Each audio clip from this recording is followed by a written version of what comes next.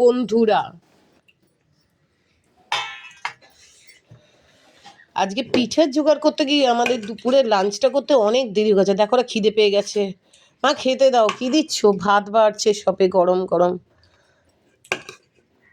ব্যাস, আজকে আমাদের বাড়িতে পিঠেও হবে, সেটাও তোমাদেরকে দেখাবো বন্ধুরা।